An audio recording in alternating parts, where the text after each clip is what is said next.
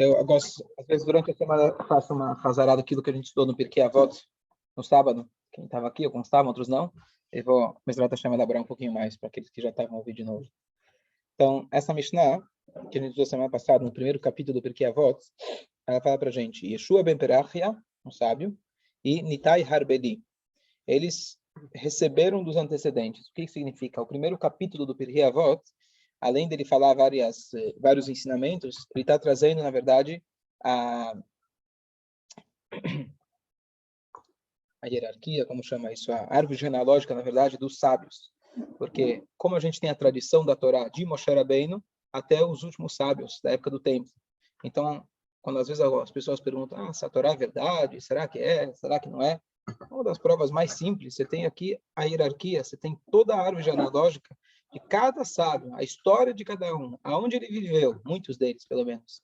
O que ele ensinou, quem era a sua família, e tudo você tem direto. De Moshe Rabbeinu, para trás a gente tem na Torá, de Moshe Rabbeinu para frente você tem no Tanakh, e depois você tem a Mishnah. Até David Amelech, os reis, etc., você tem toda a dinastia. Então, é fácil hoje, inclusive para alguém, se alguém tem alguma árvore genealógica para algum ancestral meio famoso vamos pegar da época medieval, ele chega facilmente. David Amelech, por exemplo, de David você chega nas tribos, das tribos você chega em Avraham Avinu, de Avraham Avinu você tem na Torá até Noach, de Noach até Adão, você chega em Deus. Simples. Não tem como negar. Você tem toda a árvore genealógica. Porque quem tem uma coisa dessas? E não é só nomes. Você tem nomes. Não é nome. Você tem toda a história. O que cada um falou, onde viveram, para onde eles foram, etc. Então, o primeiro capítulo do Pirkei Avot justamente vai trazendo os nomes. E o início de cada Mishnah ele fala, olha, fulano recebeu de ciclano, recebeu os ensinamentos. Ou seja, ele era de uma geração posterior. E assim foi passando de uma geração em geração. Então, o sábio Yeshua ben Perach, ele diz, Aselech harav, faça para você um mestre, um rabino, o Knei lecha haver, adquira, compre para você um amigo, ve'vedanet kol adam lechavzut, e julgue toda pessoa favoravelmente. Então, algumas perguntas sobre essa Mishnah. Por que ele diz primeiro, Aselech harav, faça para você um amigo? Faça para você um mestre. Em relação ao amigo, ele fala, compre um amigo. Estranho comprar amigo. Comprar amigo não parece algo interessante, não parece algo judaico. Comprar amigo, que história é essa? Então, por que você não fala, por exemplo, faça para você um amigo? Igual que ele fala, faça para você um mestre, faça para você um amigo.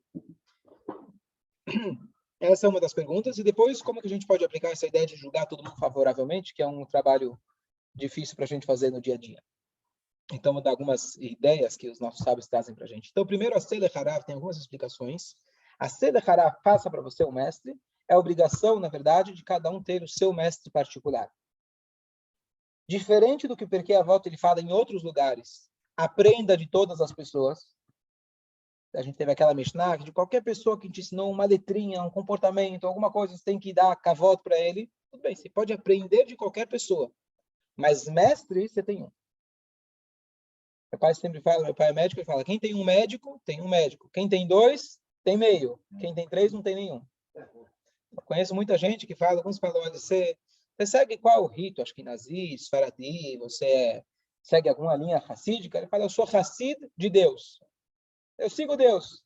Mas espera aí, mas dentro, né, Deus tem várias interpretações, digamos assim. Não, eu coloco aqui para dessa cor, eu coloco a roupa da outra cor, eu faço aquilo, Pesach, eu faço igual os faradim, como arroz. Já no Elul, que precisa acordar cedo, como os faradim, eu já faço, acho que Nazi, que eu acordo mais tarde. E assim vai. Ele é ecumênico. Então, como aquele cara que diz, eu pego as partes bonitas do judaísmo. Ele seleciona o que é bom, o que é ruim, e ele é o novo Deus. Afinal, é a religião dele. Ele cria a religião dele. Ele pick and choose, fala em inglês. Você escolhe aquilo que lhe convém. Então, isso não é judaísmo. A Torá fala para a gente, faça para você um mestre. Sim, tem várias linhas. Sim, tem várias formas de pensar. Contanto que essa linha seja autêntica, verdadeira, baseada na lei de Moshe e a lei que Hashem transmitiu para ele, então você está seguro. Você tem um rabino, então você tem que seguir ele. E quando ele fala aquilo que não te convém, é hora de você escutar ele, não procurar outro.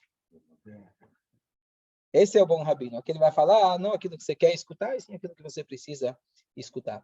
Eu dei um shur muitos anos atrás, inclusive um dos primeiros lá no podcast, Baruch Hashem, estamos no número, quem acompanhou os últimos que eu mandei aí do Tânia, 620, Não, 660. 665, agora hoje é 665. Agora o Hashem, acho que é 665. Alguém pediu para começar a numerar? Para o Hashem, mas um dos primeiros, quem está lembrado, né? Quem lembra, quem acompanhou todos, como escolher o melhor rabino? Era alguma coisa assim o título. Como você escolheu um rabino?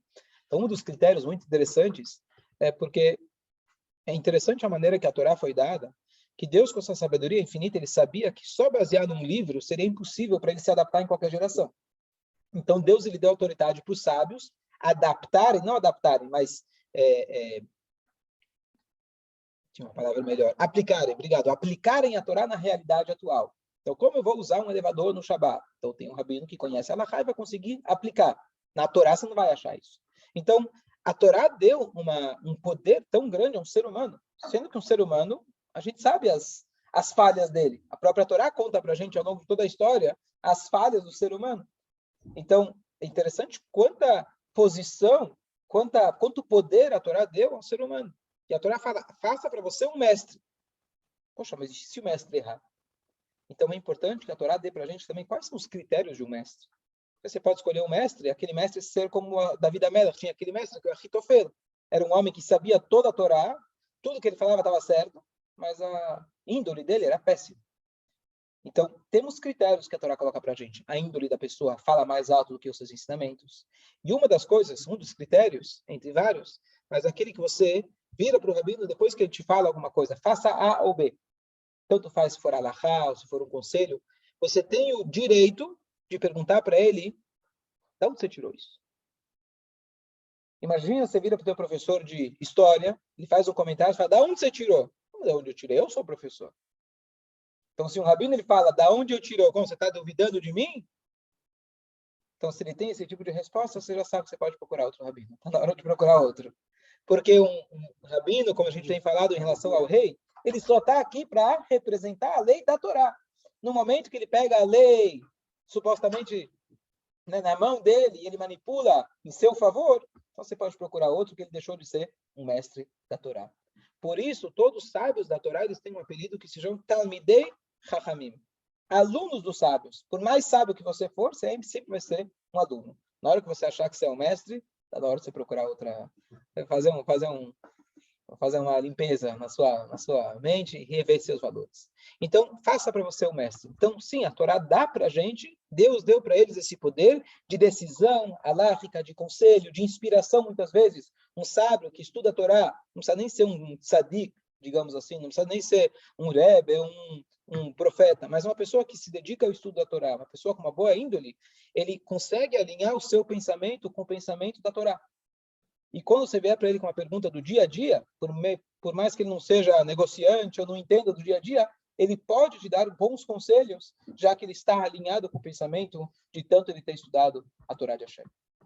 Então, faça para você um mestre. Agora, a linguagem que ele usa é faça para você um mestre, e não igual amigo, compre para você um mestre. Porque se o mestre ele é comprável, se ele é vendável, esse mestre não serve.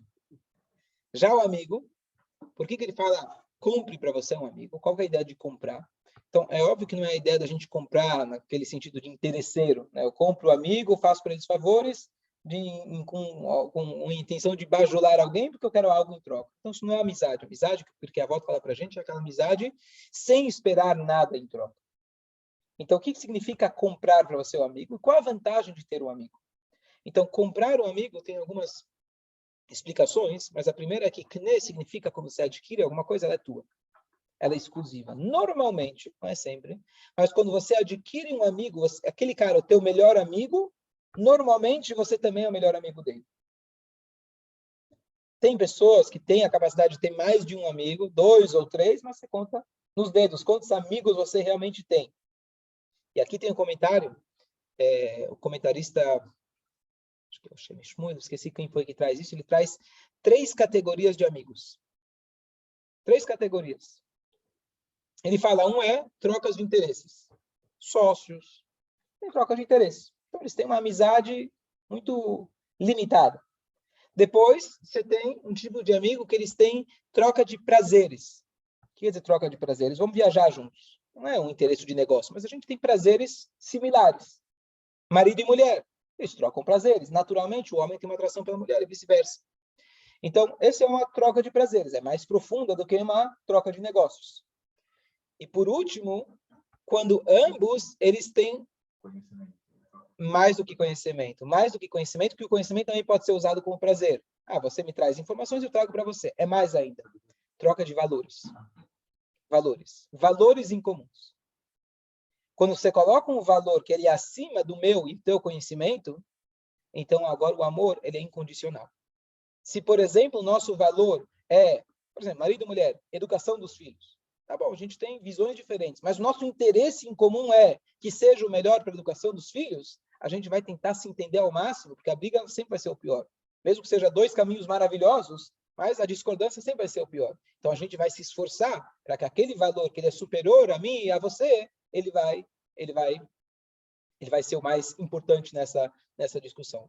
Então, por isso é tão importante, eu explico nas aulas de casamento, é importante você ter Torá dentro de casa, é importante ter as mitzvot dentro de casa, o kasher, o shabat, tudo isso coloca, enraiza na sua vida de que existem valores maior do que eu e do que eu você. E quando a gente tem esse valor e nós dois olhamos para esse valor e temos essa humildade perante esse valor, então isso nada garante, claro que depende do ser humano, mas isso é um tipo de amor muito maior do que o eu e o você. Certo? Sem dúvida, a troca de ideias, né, dizem, né, pessoas bobas conversam sobre pessoas medianas conversam sobre coisas, pessoas inteligentes conversam sobre ideias. Né? Então, sem dúvida, as ideias é o que supera. Mas nós, seres humanos, se a gente se limitar às ideias, ainda somos limitados. A gente tem que olhar a um valor que é mais elevado que as nossas ideias. Fala.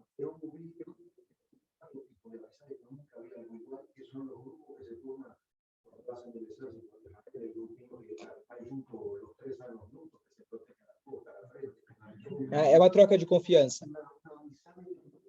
Pessoas que passaram experiência juntas, as pessoas que precisaram ter confiança um no outro, momento, né? Um grupo do exército, um grupo que fizeram uma missão junta, realmente tem uma coisa muito forte. Porém, é limitado, digamos assim, a experiência que eles tiveram. É muito forte, mas imagina que existe uma aliança que seja mais forte ainda do que isso. O marido e a mulher, eles podem se amar também por interesses, eles podem também se amar por experiências que eles compartilham, mas o valor mais elevado que deve se buscar é um valor que é acima da capacidade dos dois. Então, por isso ele diz, o kne, adquirir para você um amigo é como se fosse, você tem que fazer de tudo, você tem que pagar por isso, tem que investir nisso, e quando você adquire um amigo, ele é teu. O que quer dizer ele é teu? O amigo verdadeiro é aquela pessoa que você se sente na presença dele igual um espelho. Você não tem vergonha de contar para ele absolutamente nada. Por maior respeito que você tenha pelo seu mestre, você não vai contar para ele tudo. Entre nós, você não vai contar para ele tudo. Vai pedir um conselho, vai falar, olha, meu amigo me contou o que ele fez. Não fui eu. Né? Meu amigo fez. Famosas histórias. Mas para o teu amigo, um amigo de verdade é aquele que você realmente consegue estar nu perante ele. No sentido moral, que você pode contar para ele todas as verdades e você sabe que você não vai ser julgado por isso. Qual é a vantagem do amigo em termos do nosso serviço a Deus? Além da amizade, do amor ao próximo, etc. Da mesma maneira que você não vai contar tudo para o mestre também não vai ter como te ajudar em todos os aspectos da sua vida. Porque você não vai contar para ele, não vai saber todos os aspectos da sua vida. Quando você tem alguém que você pode se abrir totalmente com aquela pessoa, ele vai poder te ajudar naquelas áreas que o mestre não poderia. Por isso a Torá fala, tenha para você um mestre, porque o amigo também, às vezes, não é suficiente. Você conta tudo para ele, mas ele talvez não vai saber te orientar. Ele vai saber te ouvir, vai te dar apoio, mas não vai saber te orientar. Então você precisa ter o mestre e você precisa ter o amigo também. Fala. Você pode contar tudo e a pessoa não vai te julgar. Verdade. Mas eu vou te falar, eu acredito assim, psicólogo tem duas coisas. Muita gente paga porque literalmente não tem ninguém na vida que quer ouvir ele. Seria muito melhor ou mais fácil para você, psicólogo, né, se as pessoas tivessem essa abertura com as pessoas próximas dela. Isso ajudaria muito no trabalho. Agora, o psicólogo ele tem a técnica que, às vezes, o amigo não vai ter. Mas, assim, você ter pessoas que realmente amam você, porque, no fundo, você sabe que o psicólogo você está sendo pago para isso, ele é um profissional. Então, ele se importa com você até certo ponto. Né? Ele vai dormir à noite com os seus problemas, não vai ter problemas. Né? Um amigo, ele realmente vai se importar. É, mais ou menos. Tá bom? Então, esse é sinal que você é um bom psicólogo. Você realmente se importa. Você se torna amigo das pessoas. Certo? Mas você se reserva uma certa distância. Senão, você não consegue ajudar ele mais. Então, não é amigo, literalmente. Fala.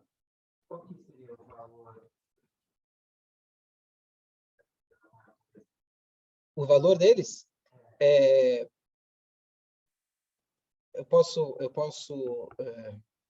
pesquisar mais, eu dei bastante shiur sobre aquele David e Yonatan, mas provavelmente, pelo contexto que você vê lá da Mishnah, era um valor de, assim, ele amava o Nefesh Eloki dele, ele amava a alma divina dele, era um contato que ele tinha, enxergava a divindade no amigo dele. Porque se ele fosse enxergar o corpo, se fosse enxergar algum interesse particular, ele tinha de tudo para ser inimigo. Então, a única explicação é que realmente enxergou a parte espiritual dele que supera qualquer tipo de competição, alguma coisa assim. Mais uma alusão da Mishnah, agora na interpretação literal, mas a palavra kne, kane em hebraico também significa, quando você usava aquela pena para escutar, kane, para escrever, desculpa, pena que você usava para escrever. Tenha uma caneta, kne não é apenas comprar, o kne, a caneta seja para você uma amiga. Qual que é a ideia?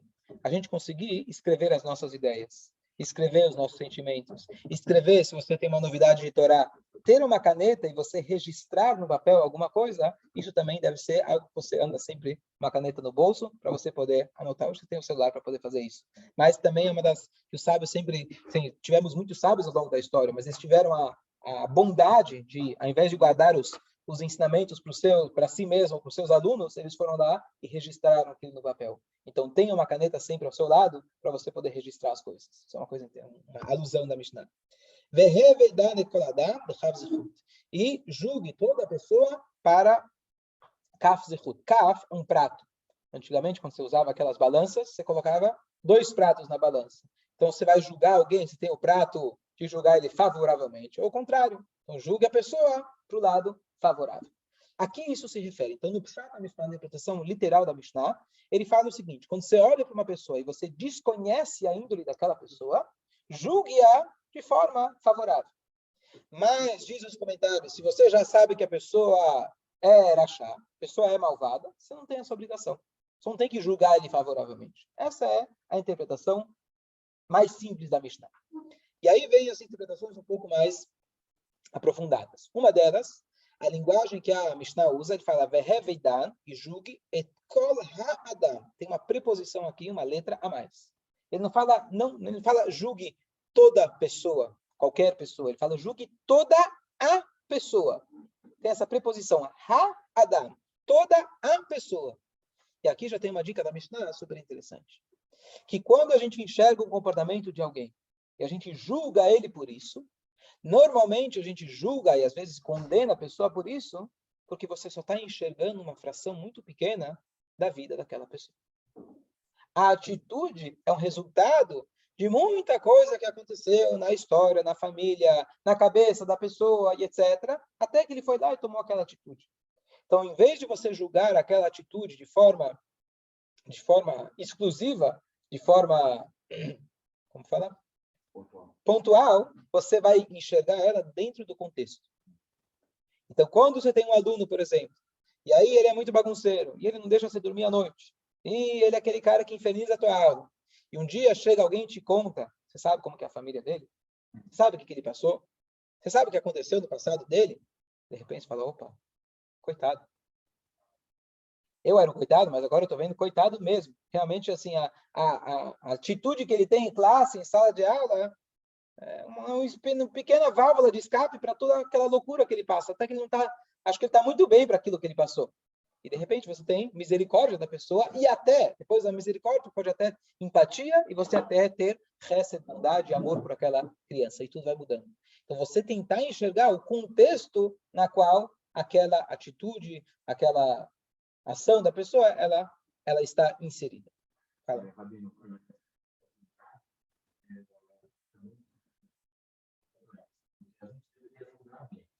Sim.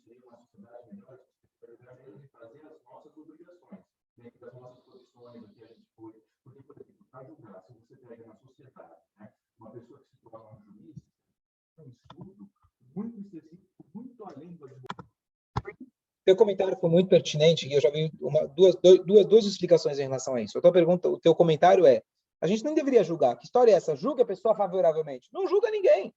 Você não tem que julgar ninguém. É teu papel, você é juiz.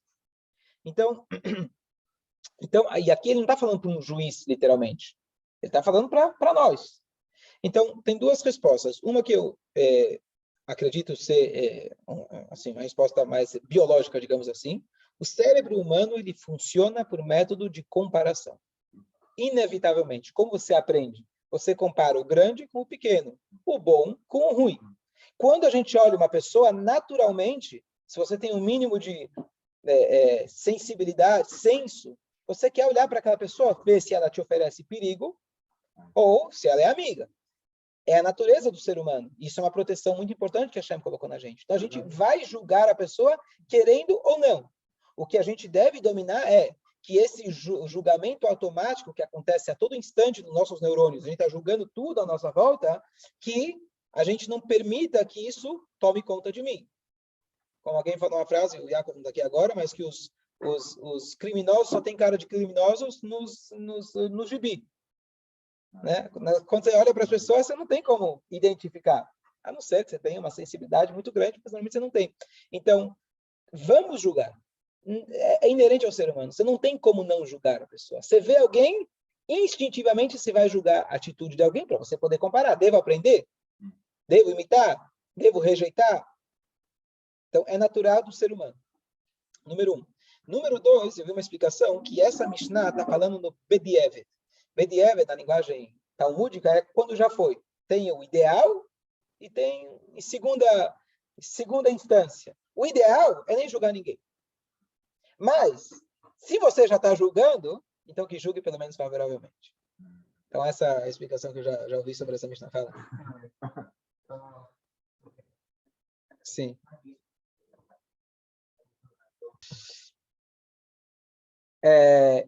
Então, mas isso então, como é inerente ao ser humano, a Mishnah e a Torá dá para a gente existem alguns conceitos em relação a julgar favoravelmente.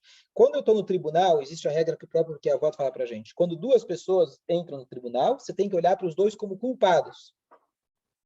E se ambos saem e acataram com a lei, ambos são tzadikim. Essa é a visão que o juiz tem que ter. Ou seja, ninguém aqui é santinho. Não posso dar para falar, esse cara aqui tem cara de gente boa. Então, esse aqui eu vou dar uma ajudinha para ele. Não, o cara entrou aqui, ele é culpado. Se ele saiu daqui livre, ótimo. Se ele saiu daqui livre de culpa, ótimo. Mas mesmo que ele saiu daqui como culpado, mas ele acatou com a lei, ele também sai daqui sadik. Então, isso é em relação ao juiz que realmente está no tribunal. Agora, nós que estamos no dia a dia, tem uma outra regra que se chama Choshed Biksherim. É proibido pela Torá você você ficar suspeitando de alguém que é kasher. Alguém roubou. Eu sei que foi alguém de nós. Aí fico, eu acho que foi aquele cara. Você ficar fomentando esse pensamento na cabeça é uma proibição muito clara da Torá. Você não pode. Não, eu só pensei, não falei para ninguém, eu só pensei. Proibido. Tira esse pensamento da cabeça. Mas já aconteceu outra vez, eu acho, tenho quase certeza que é ele. Errado. Tem tantas histórias.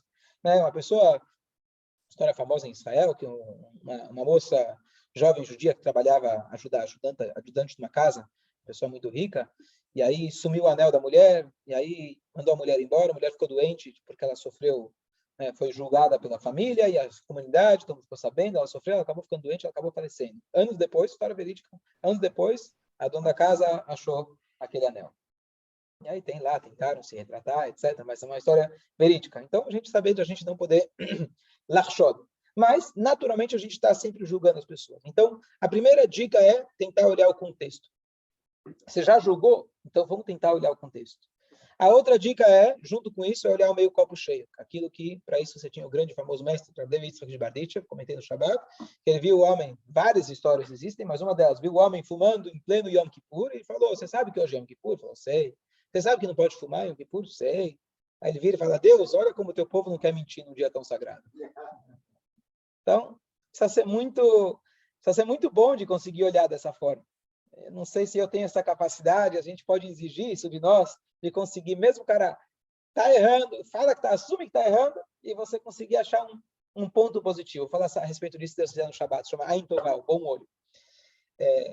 Mas uma dica muito prática que eu li isso numa Sikha do Rebbe, mais ou menos um mês atrás, desde então realmente mudou muito a maneira de eu entender esse conceito, aplicar é um pouco mais difícil, mas o Rebbe explica o seguinte, ele fala, julgar o outro positivamente significa o seguinte, vamos dizer que o fulano errou, e errou grave. Não vou agora achar desculpas, não vou achar, não, é o passado dele foi ótimo, teve uma ótima educação, não tinha por que fazer, e ele foi lá e fez. Foi advertido e ele fez. O que vai falar? O que vai falar agora? O Rebbe fala, olha o seguinte. Hashem, ele não dá um desafio para a pessoa maior do que ela possa superar. Se Hashem ofereceu para ela esse desafio, mesmo que ela tropeçou e caiu, significa que ele tinha e ele tem a força de superar. E o teu papel é o quê? Olha, uau, esse cara caiu muito longe. Mas, poxa, esse desafio que ele teve foi grande. Se o desafio dele que ele tem foi grande, quer dizer que ele tem uma força interior muito grande. E tentar olhar para essa força, incentivar a própria pessoa a olhar para essa força, e aí, aos poucos, o teu julgamento vai mudar de forma positiva. O julgamento dele próprio vai olhar para essa força que ele tem, e as atitudes dele vão mudar. E a melhor história que representa isso perfeitamente é uma história conhecida, um rabino conhecido, ele tinha um aluno conhecido que ele dava noivo, um judeu, noivo de uma não judia, infelizmente. E aí ele tentou convencer, nada. Mas ele conseguiu empurrar o cara para fazer uma viagem com ele até Nova York e até o Rebbe. Eu não consegui, mas quem sabe o Tzadik vai dar um jeito. Ele foi, esperou na fila, e quando ele apresentou, falou, olha, aqui está o rapaz, jovem judeu, está noivo, vai se casar com uma não judia. O Rebbe imediatamente vira e fala, eu tenho inveja de você. O cara quase corre para trás, inveja de mim? Você, rabino? Você nem viu a foto dela? Né? Ele não fez. E aí ele não entendeu. O Rebbe falou para ele, quando Hashem dá um desafio para uma pessoa, quanto maior o desafio, quer dizer que a pessoa maior é. E quando ela supera o desafio, mais alto nível ela chega. Eu nunca tive esse desafio. Se você tem esse desafio, você tem uma oportunidade que eu não tenho. Eu invejo você. E ele não se casou. O desafio é superar. É um desafio muito grande. Que um tzadik, um homem religioso, não tem esse desafio. Se você tem esse desafio, ao invés de eu julgar você e falar, que cara malvado, vai abandonar nosso povo, ele é um traidor, Hitler tentou acabar com a gente, você está fazendo a mesma coisa, tem um monte de frases que você pode falar para deixar o cara, julgar o cara. O Rebbe falou, não, se você tem esse desafio, você é muito maior do que eu. Eu não tive esse desafio. Se Deus colocou para você esse desafio, você é maior do que eu. Imagina. Grande rabino, mestre, tzadik, você é maior do que eu. E ele falou isso, com certeza, porque funcionou. As palavras que saem do coração com honestidade entram no coração. Se fosse só um clichê, uma frase pronta, não teria funcionado. Como o Rebbe realmente acreditou nisso, e acreditou na pessoa, olhou nos olhos dele e falou, eu acredito que você é maior do que eu, isso impactou a pessoa. Imagina a gente aplicar isso em circunstâncias menores. Quando alguém erra, olhar para o erro e falar, olha, se você errou, quer dizer que você é muito grande. E fazer a mesma coisa no espelho. Não só com o outro, mas com a gente. Muitas vezes a gente se incrimina, a gente se culpa por aquilo que a gente fez. Você usar o teu erro e falar, olha, se eu errei, quer dizer que eu tive uma oportunidade. Se eu tive uma oportunidade, quer dizer que eu poderia ter passado. Será que eu teria poder? Uau, então eu sou muito forte. Mas foi tão difícil aquilo que eu passei, eu tropecei, eu errei. Não quer dizer que você tinha força. E começa a focar nessa força, olhar para essa força, e aí você vai começar a despertar ela, e você vai começar, aos poucos, mudar as suas atitudes. Isso é Revedanet Kol Adam, julgue toda a pessoa. E um último comentário interessante da Mishnah, para concluir. A Mishnah fala 3 coisas que aparentemente não tem nada a ver com a outra. Tem um mestre, tem um amigo, e julgue as pessoas favoravelmente. O que tem a ver julgar as pessoas favoravelmente? Não, são 3 ensinamentos. Não, o mestre e o rabino até que dá para ligar. São 2 formas de você poder se melhorar na vida. Tem um mestre, você tem um amigo, etc. Se você tiver... Então, tem 2 explicações. Lembrei mais uma agora. Uma explicação é julgue a todos favoravelmente. O teu amigo, o teu mestre. Às vezes vai olhar, meu mestre, poxa, então julga ele favoravelmente.